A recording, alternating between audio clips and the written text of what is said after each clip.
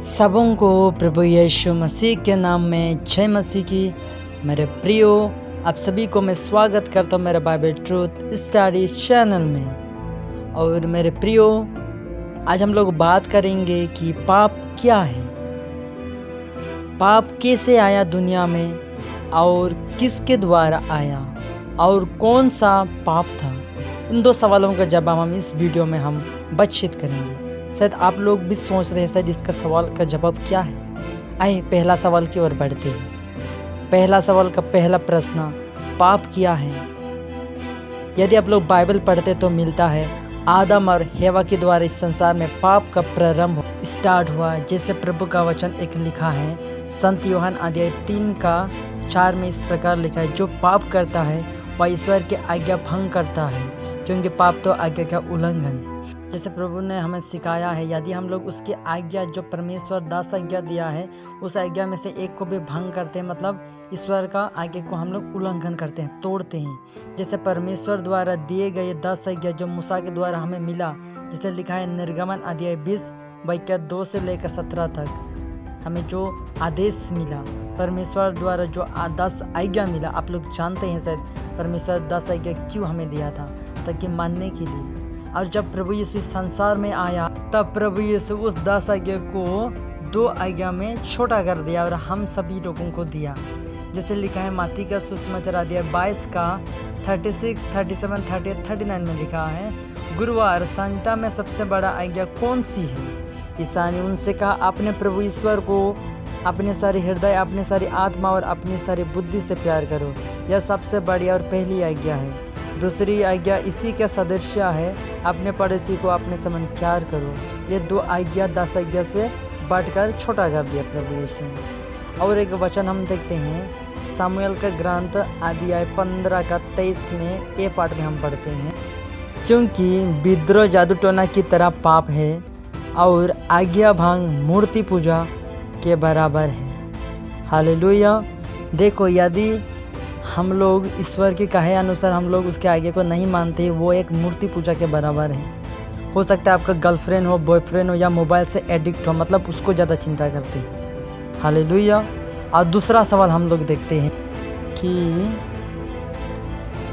पाप कैसे आया इस दुनिया में और किसके द्वारा आया और कौन सा पाप था।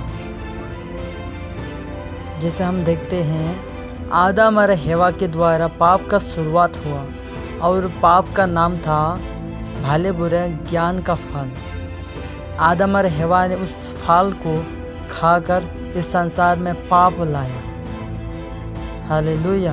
उनकी पाप के द्वारा ही इस संसार में मृत्यु आया। पहले मृत्यु नहीं था, क्योंकि जब आदम और हेवा ने पाप किया तब संसार में पाप का सृष्टि हुआ। आए हम कहानी की ओर बढ़ते हैं और बाइबल हमें क्या बताती है आदम और हेवा के बारे में। आए हम उसकी स्टोरी की ओर बढ़ते हैं, आदम और ईव के बारे में। आए हम कहानी की ओर बढ़ते हैं।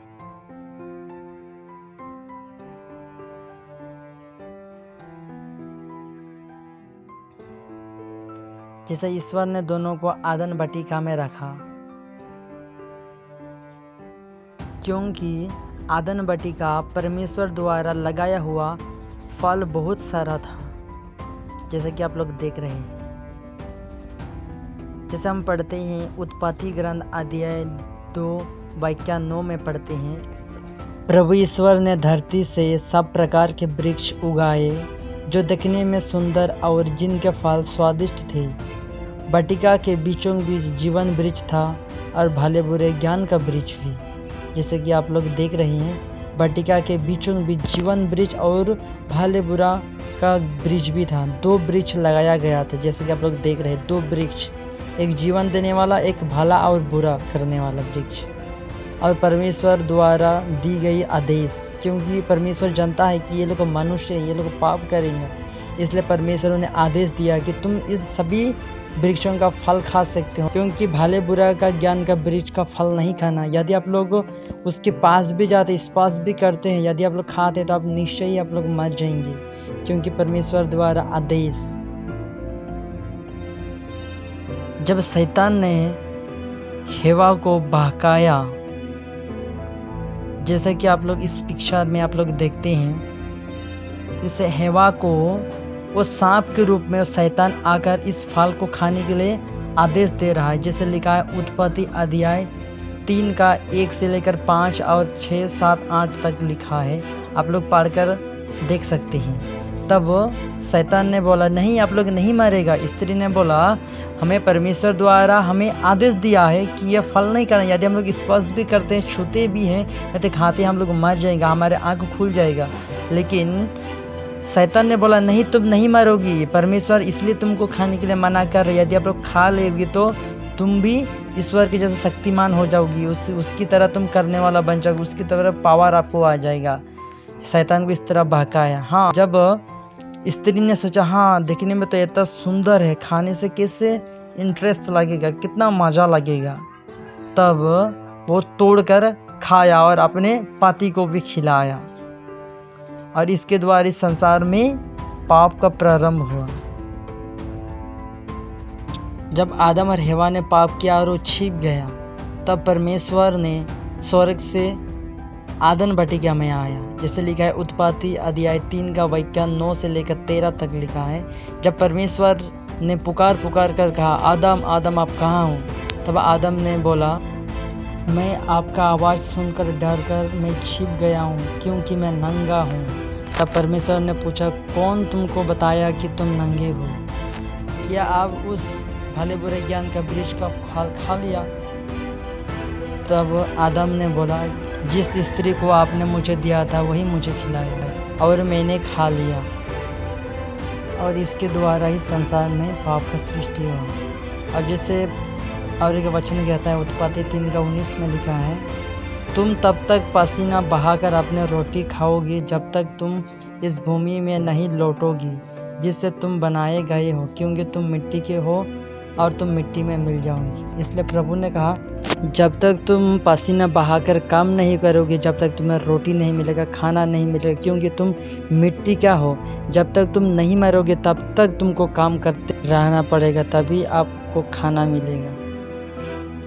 क्या आप लोग जानते हैं यदि परमेश्वर आदम और हेवा को नहीं निकाला होता तो क्या होता? जैसे हम एक वचन पढ़ते उत्पत्ति अध्याय 3 का 22 और 23 में लिखा है उसने कहा भले बुरे का ज्ञान प्राप्त कर मनुष्य हमारे सदस्य बन गया है, कहीं ऐसा ना हो कि वह जीवन वृक्ष का फल तोड़कर खाए और अमर हो जाए। इसलिए प्रभु ईश्वर ने उस आदम वाटिका से निकलकर और मनुष्य को उस भूमि पर खेती करना पड़ी जिससे वह बनाया गया था। देखो यहाँ पे 22 में लिखा है परमेश्वर इसलिए उस आदम वाटिका से आदम और हेवा को निकाला क्योंकि वे लोग भले बुरे ज्ञान का वृक्ष का फल खाया था। यदि परमेश्वर आदम और हेवा को उस आदम वाटिका से नहीं निकाला होता तो संसार में पाप खत्म नहीं होता, क्योंकि इसलिए निकाला आदम और हेवा को क्योंकि ये पाप किया था, भले बुरे ज्ञान का फल खाकर ये लोग पाप किया।